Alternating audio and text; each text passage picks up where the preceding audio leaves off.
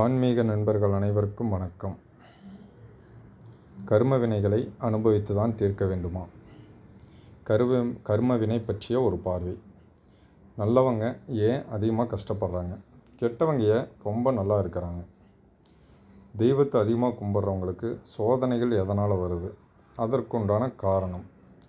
முன்ஜென்ம கர்ம வினை பற்றிய ஒரு பார்வை. ஃபஸ்ட்டு இந்த பதிவை பற்றி நீங்கள் தெரிஞ்சுக்கணும் அப்படின்னா அதுக்கு சிம்பிளாக ஒரு கதை. சித்ராபுரம் என்ற ஊரில் சித்தன் என்ற ஒரு ஏழை விவசாயி வாழ்ந்து வந்தான். அவன் குணத்தில் நல்லவனாகவும் சிறந்த பக்திமானாகவும் இருந்தாலுமே அவனுக்கு வாய்த்த மனைவியோ கொடுமைக்காரியாக இருந்ததால் அவனது வாழ்க்கை மிகவும் கஷ்டத்திலேயே நகர்ந்தது. வேலை நேரத்தை தவிர்த்த மற்ற நேரங்களை தியானத்திலும் பிரார்த்தனையிலும் செலவிட்டான். எந்த அளவிற்கு அவன் பக்தியில் மனதை செலுத்துகிறானோ அந்த அளவிற்கு அவனுக்கு கஷ்டங்கள் வந்து கொண்டே இருந்தது. அதே ஊரில் அவனுக்கு வித்தன் என்ற சூழ்ச்சி குணமுடைய பணக்கார நண்பன் இருந்தான். தனது இன்பத்திற்காக எந்த ஒரு கொடுமையான செயலையும் குணமுடையனாக அவன் இருந்தான். அவனுக்கு நல்ல குணமுடைய பக்தியில் சிறந்த மனைவியும் அமைந்திருந்தாள். இருப்பினும் அவனுக்கு கடவுள் நம்பிக்கை என்பது துளிகூட இல்லை. அவனுக்கு சித்தனின் கடவுள் நம்பிக்கையை கேலி செய்வது என்பது வாடிக்கையான வேலை. இதன் காரணமாக ஒரு கட்டத்தில் இவங்க 2 பேருக்குள்ளேயுமே சண்டையே வந்துவிட்டது.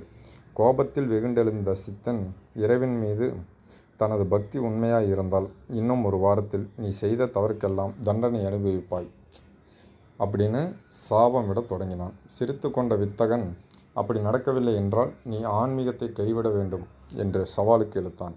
இதற்கு ஒப்புக்கொண்ட சித்தன் தீவிரமான பிரார்த்தனையில் ஈடுபட்டான். போட்டியின் கடைசி நாளும் வந்தது.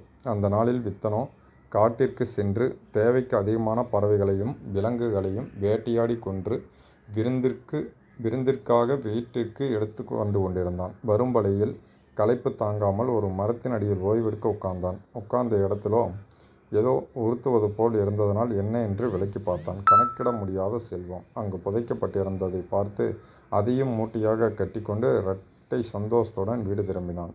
இதற்கிடையே வயலில் வேலை செய்து கொண்டிருந்த சித்தனை மாடு முட்டி கடுமையான காயங்களுடன் படுத்த படுக்கையாகிவிட்டது விதி. இப்படி ஒரு முட்டாள் கணவனுடன் வாழ்வது அசிங்கம் என்று சித்தனின் மனைவி அவனை விட்டு நீங்கினாள். தனது நிலையை நினைத்து உள்ளேயும் வெளியும் ஒவ்வொரு நொடியும் அழுதே தீர்த்தான் சித்தன். தான் பட்ட அவமானத்தால் இனி வாழ்ந்து பயனில்லை என்ற முடிவுக்கு வந்தான் சித்தன். உடல் ஊனத்தால் அவனால் தற்கொலை கூட செய்து கொள்ள முடியவில்லை.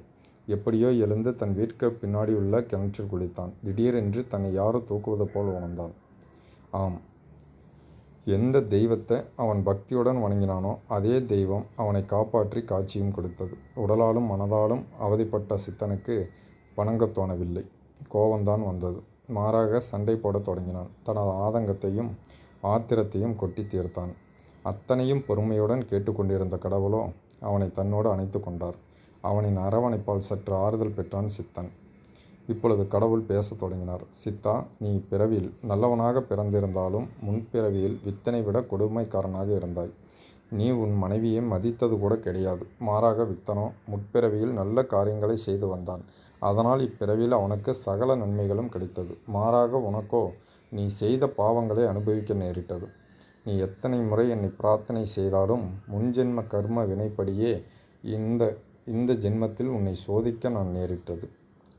என்னை அனுதினமும் நீ வணங்கியதால் நீ அனுபவிக்க வேண்டிய கருமத்தின் பெரும்பாலானவையே நானே ஏற்றுக்கொண்டேன்.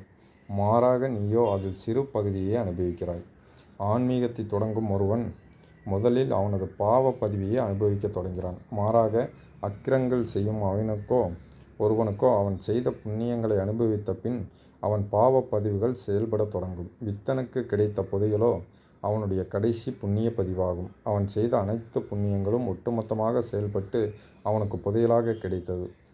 இதுவரை நீ அனுபவித்த கஷ்டங்களில் உனது அனைத்து பாவங்களும் கரைந்துவிட்டன. இனி நடக்கவிருப்பதை நீயே உன் கண்ணால் பார்த்து தெரிந்து கொள் என்று சில அறிவுரைகளையும் கூறி மறைந்தார் கடவுள். நாட்கள் செல்ல செல்ல சித்தனின் உடல்நிலை நலம் பெற தொடங்கியது. அவன் நெருங்கிய உறவினருக்கு வாரிசு இல்லாததால் அந்த வாரிசு சொத்துக்கள் அனைத்தையும் சித்தனுக்கே கிடைத்தது. நல்ல குணமுட மனைவியும் சித்தனுக்கு மறுபடியும் அமைந்தாள். அதே சமயத்தில் வித்தனுக்கோ வினோதமான ஒரு நோய் தாக்கி படுத்த படுக்கையாகி விட்டான். அவனது மனைவியும் திடீரென இறந்துவிட அவன் கூட இருந்தவர்கள் அவனை ஏமாற்றி அவன் சொத்துக்கள் அனைத்தையும் பறித்து கொண்டு வெளியே துரத்தி விட்டனர். தனது நண்பனின் நிலையறிந்து வருந்திய சித்தன் இத்தனையும் தன் இல்லத்திலேயே தங்கி உதவி செய்து வந்தான். ஒருவன் எந்த செயலை செய்தாலும் அல்லது நினைத்தாலும் அதற்குரிய பலனே வினையே எனப்படுவது. அது நல்லதாக இருந்தால் நல்வினை, தீயதாக இருந்தால் தீவினை. ஆனால் இந்த வினைகளிலிருந்து தப்பிக்க விதிவிலக்குகளும் உண்டு. அதாவது பொருளுக்கும் உங்களுக்கும் தொடர்பை ஏற்படுத்தி விடுவது. இதை புரிந்து கொள்ள வேண்டுமென்றால் ஒரு உதாரணத்தை பார்த்து விடுவோம். நீங்கள் தெரிந்தோ தெரியாமலோ ஒருவர் மீது கல்லை எறிந்தீர்கள் என வைத்துக்கொள்வோம். இது நீங்கள் செய்த செயல்.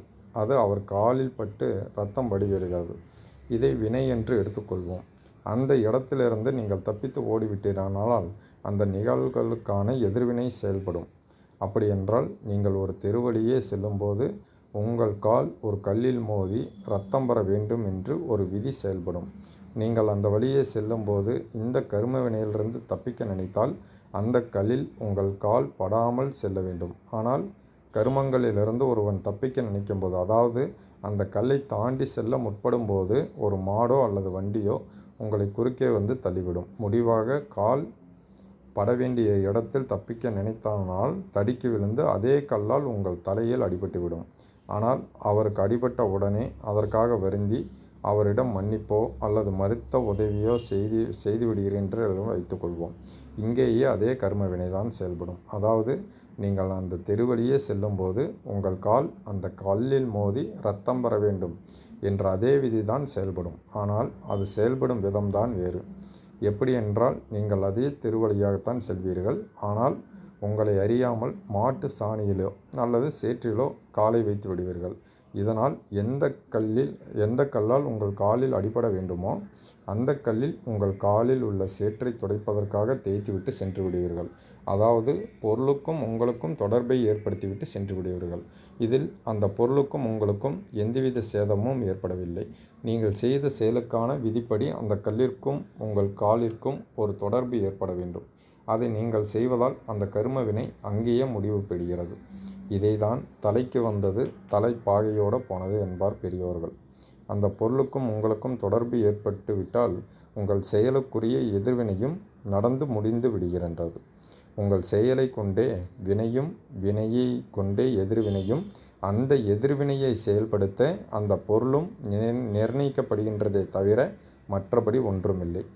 இதைத்தான் தீதும் நன்றும் பிறத்தர வாரா என்றனர் பெரியோர்கள். வினை ஏற்படக்கூடாது என்றால் நான் என்பதை விட்டுப்பட வேண்டும். ஆன்மீகத்தில் இதற்கு பெயர் பூரண சரணகாதி. அந்த விதிவிலக்கு என்பது கூட இவர்களுக்குத்தான். தன்னை அறிய முற்படுவதால் அவர்களுக்கு தரப்படும் சலுகைகள்தான் இது. ஏன் அவர்களுக்கு மட்டும்? எந்த ஒரு வினைக்கும் நீங்கள்தான் காரணம் என்ற புரிதல் ஏற்படும்போது உங்கள் சுற்றி நடக்கும் அனைத்தையும் ஏற்றுக்கொள்வீர்கள். கடவுளே, எனக்கு ஏன் இப்படி ஒரு வாழ்க்கை, எனக்கு ஏன் இப்படி ஒரு கஷ்டம், கெட்டவனெல்லாம் நல்லா இருக்கானே என்று எண்ணங்கள் மாறி உங்கள் தவறுக்கான வினைகள்தான் தற்போது நீங்கள் அனுபவித்து வரும் கஷ்டங்கள் என்ற ஆழமான புரிதல் ஏற்படும். புரிதல் ஏற்படும் போது எதையும் ஏற்றுக்கொள்ளும் பக்குவம் வந்துவிடும். அப்படிப்பட்ட பக்குவத்தை நீங்கள் அடையும் போது உங்கள் 95% கர்மங்களை உங்களுக்காக வேறு ஒருவர் அனுபவித்து விடுவார். காரணம், நீங்கள் அவர் மீது கொண்டுள்ள அதிகப்படியான அசைக்க முடியாத நம்பிக்கையாகும். அந்த அவர் ஏற்கனவே பிறவிக் கடலை கடந்தவராக இருப்பார். ஞானி ஒருவர் கூட்டம் நிறைந்த ஒரு தெருவழியே சென்று கொண்டிருந்தார். திடீரென்று அங்கே உள்ள சாக்கடையில் குதித்துவிட்டு பக்கத்தில் உள்ள தண்ணீர் குழாயில் காலை கழுவிவிட்டு சென்று விட்டார். இதை பார்த்தவர்களுக்கு அவன் பைத்தியக்காரன் என்று தோன்றலாம். ஆனால் அவரை பொறுத்தவரை பொருளுக்கும் அவருக்கும் தொடர்பை ஏற்படுத்தி கொள்வது ஆகும். ஆனால் அவர் ஏற்படுத்திய தொடர்பு அவருடையதல்ல. அவரை நம்பி இருப்பவர்களின் கர்ம வினைகள்தான் அவர் அச்செயலின் மூலம் தீர்த்து வைக்கிறார். இது எப்படி சாத்தியம் என்ற கேள்வி உங்களுக்குள் வரலாம். அந்த ஞானியை பொறுத்தவரை அவர் செய்யும் எந்த செயலுக்கும் வினை என்ற ஒன்று ஏற்படுவது கிடையாது. காரணம், அவர் உள்ளே வெறும் ஒரு வெற்றிடம்தான் உள்ளது. அதாவது அவருக்கு மனம் என்ற ஒன்று கிடையவே கிடையாது. உள்ளே சூன்யமாக தான் இருக்கும். அவரிடம் எந்த எண்ணங்களும் உதிப்பதும் கிடையாது, மறைவதும் கிடையாது. இதுவே சும்மா இருப்பது என்று சொல்லப்படுகின்றது. ஒருவர் அவர் மீது கொண்டுள்ள தீவிர பக்தியால் அந்த வெற்றிடத்தில் இவனது எண்ணங்கள் சுற்றி கொண்டே இருக்கும். இவனுக்கு அன்று சாக்கடையில் விழுந்து அடிப்பட வேண்டும் என்ற விதி இருக்கும். ஆனால் இவன் உண்மையாக இருப்பதால் இவனுக்கு பதிலாக அந்த ஞானி அந்த விதியை முடித்து வைக்கிறார். மேலும் அவர் மீது நம்பிக்கை கொண்டுள்ள ஒவ்வொருவரின் எண்ண அலைகளும் அங்கே உள்ள வெற்றிடத்தில் சுற்றி கொண்டேதான் இருக்கும். இவர்கள்தான் தவறை உணர்ந்து தனக்கு உண்மையாக நடக்கத் தொடங்கும்போது அந்த ஞானி ஏதோ ஒரு செயலின் மூலம் இவர்களின் பாவ புண்ணிய கணக்குகளை அழித்து விடுகிறார். முடிவில் இவர்களும் அந்த ஞானியின் நிலைக்கே வந்துவிடுகின்றனர். அதனால்தான் ஞானிகள் அருகில் இருக்கும்போது எதையும் கேட்காதீர்கள் என்று சொல்வது. காரணம், நீங்கள் கேட்டுதான் பெற வேண்டும் என்ற அவசியமே அங்கே கிடையாது. மாறாக நீங்கள் கேட்க நினைப்பது கூட சிறியதாக தான் இருக்கும். அவர் கொடுக்க நினைப்பதோ கணக்கில் அடங்காததாக இருக்கும். இதற்கு அவரிடம் பூரண சரணாகாதி அடைந்தாலே சிறந்ததாகும். இதில் பூரண சரணாகாதி என்பது இனி அனைத்தும் உன் செயல் என பற்றுகளை துறப்பதே ஆகும். நான் என்ற எண்ணத்திற்கு பதிலாக இனி எல்லாம் நீ என்ற எண்ணத்தை கொண்டு வருவதே சரணகாதி. அதற்கு பிறகு உங்களுக்கென்று தனிப்பட்ட எந்த ஒரு செயலும் இருக்காது, இருக்கவும் கூடாது. நீங்கள் செய்யும் ஒவ்வொரு செயலும் அவன் செய்ததாகவே இருக்க வேண்டும். இறைவனை நோக்கிய உங்களது பிரார்த்தனை அல்லது வேண்டுதல் எந்த முறையில் இருக்க வேண்டும் என்பதை விளக்குவதே இப்பதிவு. மனிதனாக பிறந்த ஒவ்வொருவருக்கும் சூழ்நிலைக்கு தகுந்தவாறு தேவைகள் என்பது மாறிக்கொண்டேதான் இருக்கும். அந்த தேவைகளுக்கு தகுந்தவாறு வேண்டுதல்களும் மாறிக்கொண்டே இருக்கும். ஆனால் ஆன்மீகத்தில் ஓரளவு புரிதல் உள்ளவர்களை பொறுத்தவரை அவர்களுடைய வேண்டுதல் என்பது அவர்கள் வாழ்நாளில் ஒரே ஒரு முறைதான் இருக்குமே தவிர ஒவ்வொரு முறையும் இருக்காது. ஏனென்றால் அவர்கள் முடிவான ஒன்றை முதலிலேயே வேண்டிவிடுவர். அந்த வேண்டுதலில் அத்தனையும் அடங்கிவிடும். இதையும் புரிந்து கொள்ள ஒரு சிறு கதையை பார்ப்போம். ஒரு ஏழை தாயின் மகனுக்கு படிப்பு அவ்வளவாக வரவில்லை. அவளுக்கு தெரிந்ததெல்லாம் அவள் வழிபடும் தெய்வம் மட்டும்தான். தன் மகன் பரீட்சையில் தேர்ச்சி பெற்று நல்ல வேலைக்கு செல்ல வேண்டும் என்பது அவள் கனவு. கடவுளிடம் இதை குறித்து வேண்டுதல் வைக்கவே மகனும் பரீட்சையில் தேர்ச்சி பெற்றான். ஆனால் இவனது வினை வேலை கிடைக்கவே இல்லை. மறுபடியும் கவலை கொண்ட தாய் வேண்டவே மகனுக்கு நல்ல வேலையும் கிடைத்தது. சிறிது காலம்தான் சென்றது. மகனுக்கு விபத்து ஏற்பட்டு படுக்கையில் இறந்தான். அத்தாய்க்கு தெரிந்ததெல்லாம் அவனே என்பதால் மறுபடியும் ஒரு வேண்டுதல். இதுவே அத்தாய், கடவுளே எனக்கு அமைதியையும் சந்தோஷத்தையும் கொடு என்று ஒரே ஒரு முறை மட்டும் வேண்டியிருந்தால் அவள் வாழ்க்கை வசந்தமாகியிருக்கும். புரியும்படி கூற வேண்டுமென்றால், ஒருவனுடைய வேண்டுதல் என்பது நிரந்தரமான முடிவான ஒன்றாக இருக்க வேண்டும். அத்தகைய வேண்டியது எல்லாமே தற்காலிகமான தீர்வை தரக்கூடியதாக என்பதால் ஒவ்வொரு முறையும் வேண்ட வேண்டிய அவசியமே இருக்காது. மேலும் எதிர்வரும் கர்மவினை என்பது யாருக்கும் தெரிந்திருக்க வாய்ப்பே இல்லை.